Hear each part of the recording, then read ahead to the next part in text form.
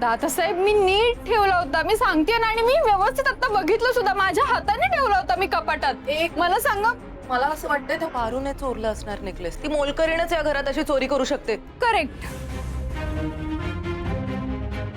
ते काही नाही, आत्ताच्या आत्ता आपण पारूच्या रूमची झडती घ्यायची. 1 मिनिट दामिनी, असं तू कोणावरही चोरीचा आळा आणू शकत नाहीस.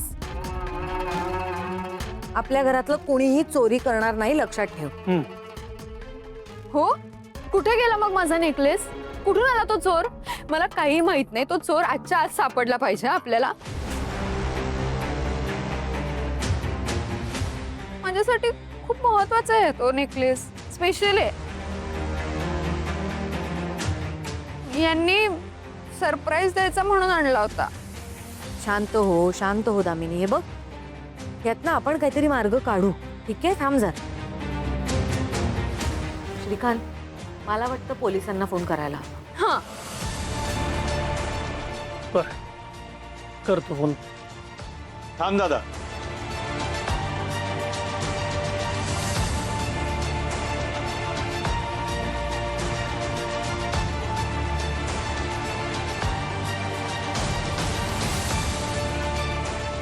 पोलिसांना कळवायची गरज नाहीये दादा.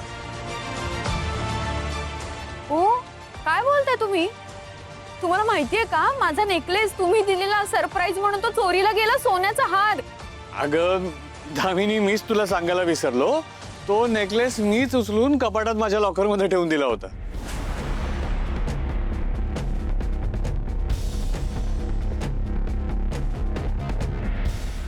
काय?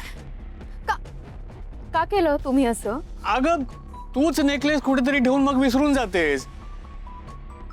मी तो फक्त जपून माझ्या लॉकर मध्ये ठेवून दिला, बस. कुठेही ठेवायला मी काय, जाऊ दे. अरे आता आहे ना.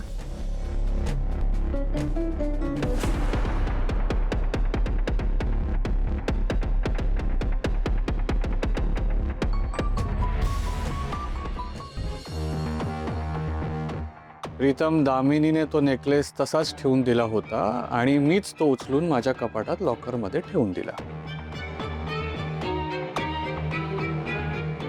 हेच खरंय. Thank you so much. Relax relax relax relax relax. कळतंय मला सगळं. हं, काळजी नको करूस. हेही दिवस जातील. अरे, अहिल्या वहिनींचे संस्कार आहेत तुझ्यावर. त्याच संस्कारात तू लहानाचा मोठा झालायस. मला खात्री आहे तू चुकीचं काम करूच शकणार नाही. आणि एक गोष्ट लक्षात ठेव, काहीही झालं तरी मी कायम तुझ्या सोबत आहे. काळजी नको करूस. मी कोणाला काहीच सांगणार नाही. पण ज्या चुका तू केल्या आहेत त्या लवकरात लवकर सुद्धा. हो हो काका, मी सगळं लवकरात लवकर सॉर्ट करेन, आय प्रॉमिस.